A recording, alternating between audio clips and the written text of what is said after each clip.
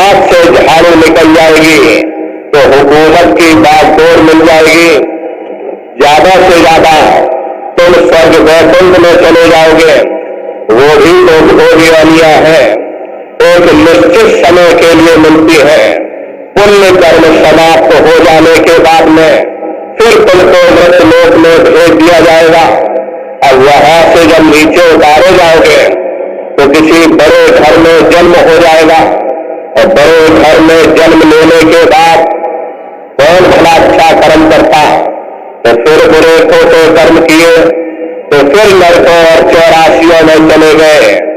ऐसे ये आवागमन चलता रहता, लेकिन मुक्ति नहीं मिलती। बिना कर्म कोई पाया नहीं, जग बस रहा कर्म के नहीं। कोई शरीर बिना कर्म के नहीं। ये सूरज चांद सितारे, ये जमीन और ये आसमान, ये देवी और ये देवता, ये सब कर्मों के ही अधीन है। कर्म होते हैं तो काया बनती है, और जब काया बनती है तो कोई ना कोई कर्म भी बन जाते हैं। ये एक दूसरे पर सब आश्रित है, एक के बगैर दूसरा हो ही नहीं सकता। जिस दिल से दुनिया बनी है, ये कर्मों का अटल कानून चला रहा।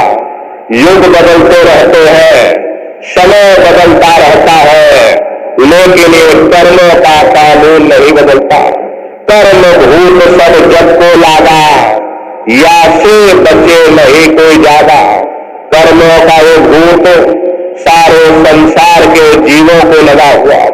कर्मों के वशीभूत होकर के ये मनुष्य बार बार जन्म लेता और मरता है। जन्म लेने और मरने की पीड़ा सहता। प्रेमी भाई बहनों, कोई मामूली पीड़ा नहीं होती। लिखा गया कि जन्मत मरत विषय दुख हुई। जन्मते और मरते समय घनघोर पीड़ा होती है। जब बच्चा मां के गर्भ से जन्म लेता है, एक साथ लाखों सुइयां चुभो दी जाए, उससे भी करोड़ों गुना ज्यादा उस समय पर दर्द होता। बच्चा रोता और चिल्लाता रहता। देखो कैसे बच्चा अपने जीवन काल के समय को व्यर्थ में बर्बाद कर देता। जब बच्चा मां के गर्भ में उल्टा लगता रहता, उस समय परमात्मा से अरदास करता, क्योंकि उस समय पूरा होश होता है। बच्चे को सब दिखाई और सुनाई पड़ता रहता है। उस समय मालिक से वो बच्चा प्रार्थना करता कि हे मालिक, मुझे एक बार मनुष्य शरीर दे दो, हम भजन करोगे, भक्ति करोगे, हम अपनी जीवात्मा का कल्याण करोगे। प्रेमी भाई बहनों, मालिक दया कृपा करके उसको ये मौका दे देते हैं। और बच्चा जब मां के घर से बाहर निकलता तो मुख बोले ना सोल चला दे, काहू को फटना न जलावे। उस समय प्रेमी भाई बहनों, माया का महीन बारीक पर्दा बच्चे के ऊपर पड़ जाता। गर्भ में किए हुए सभी वादों को बच्चा भूल जाता है और जैसे ही जन्म लेता तो बच्चा रोने और चिल्लाने लगता। दुख में रोने अत दिल लागे और मां को पिता बुद्धि काम लागे। जब बच्चे को तकलीफ होती है तो बच्चा रोता और चिल्लाता है, और रोने और चिल्लाने के सिवाय बच्चे के पास कोई दूसरा हथियार भी नहीं।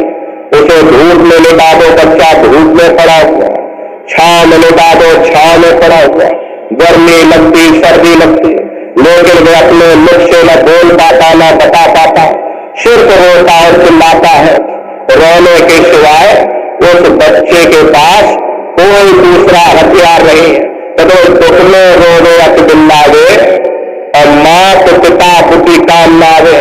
जब बच्चा रोता है, माँ बाप की बुद्धि काम नहीं करती। मेरा बच्चा क्यों रो रहा है, क्या इसकी तकलीफ है, क्या इसकी पीड़ा है। पेट में दर्द होता है, सिर दर्द की दवा दे दी जाती है, और सिर में दर्द होता पेट दर्द की दवा दे दी जाती है। तो बाल कला तो दुख में बीता और भई किशोर खेल मत लीता।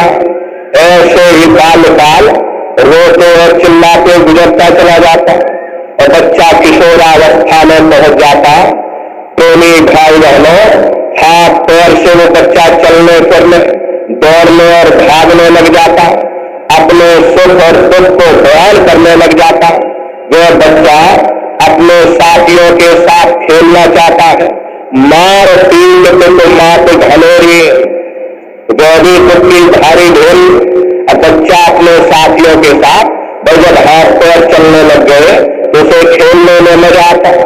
बच्चा अपने साथियों के साथ खेलने जाता है तो घर में माँ बाप मारते, स्कूल में मास्टर और अध्यापक मारते, ऐसे ही कुत्ते पटाते ये समय भी गुजरता चला जाता।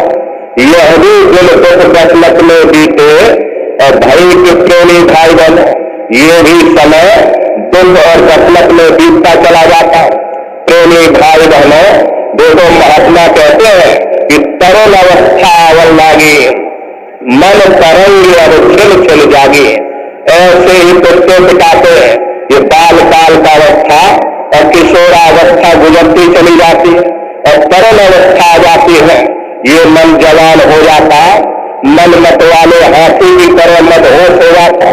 अब मन में दुनिया की ख्वाहिशें पैदा होने लग जाती कि मेरे पास भी घोड़ा गाड़ी मकान हो, मेरी ही जमीन जायदाद हो, मेरे भी खाट घाट हो, मेरी भी शादी हो जाए।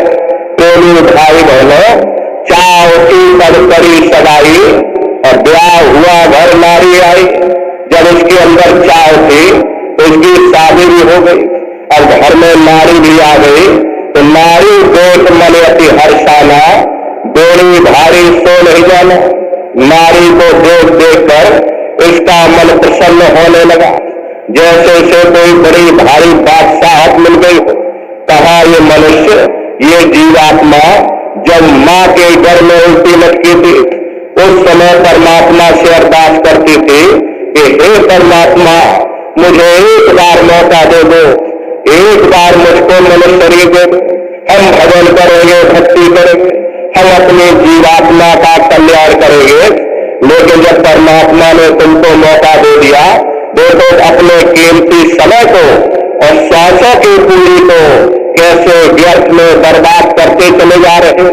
प्रेमी भाई बहनों, महात्मा कहते हैं नारी देख मन अति हर्षाना और बेड़ी भारी सो नहीं जाना। अब नारी को देख देख कर इसका मन प्रसन्न होने लगा, भक्ति चली लगन पितु माता और नारी पुत्र संग मन अतिराता। प्रेमी भाई बहनों, जब इसकी शादी नहीं हुई थी तो इस मनुष्य का पूरा प्रेम अपने माँ बाप के साथ था, लेकिन जब शादी हो गई तो माँ बाप के हिस्से का आधा प्रेम इसने अपनी देवी को दे दिया और कुछ समय बाद जब बच्चे बच्चे हो गए तो माँ बाप के हिस्से का बचा हुआ आधा प्रेम इसने अपने बच्चे को दे दिया। अब बेचारे माँ बाप जिन्होंने अपने लाल को अपने पलकों पर बैठा कर रखा, खुद भूखे रहे, मेहनत करके अपने बच्चे का पालन पोषण किया, देखो वही औलादें प्रेमी भाई बहनों अपने ही माँ बाप को भूल जाते, अपने ही माँ बाप को भूल करके घर में बंटवारा कर लेते। भाई हमको हमारी जमीन हमारा हिस्सा पाते दो, हम अपना अलग कमा खा लेंगे, तुम जानो तुम्हारा काम जानो। बहुत से प्रेमी भाई बहन यहाँ आते हैं, दुनिया भर की शिकायत करते। प्रेमी भाई बहनों, हमको हमारे बच्चों ने निकाल दिया, हम कहाँ जाए क्या करें। हम प्रेमी भाई बहनों, आप इस बात का ध्यान रखिएगा, जो अपने माँ बाप को सताता उसका लोक और परलोक भविष्य में कभी बन ही नहीं सकता, वो इंसान कभी सुखी हो ही नहीं सकता। देखो कैसे ये मनुष्य अपना समय गुजारता चला जाता है। प्रेमी भाई बहनों, महात्मा कहते हैं स्वान समान करे गति अपनी और धन का सुमरन धन की गति।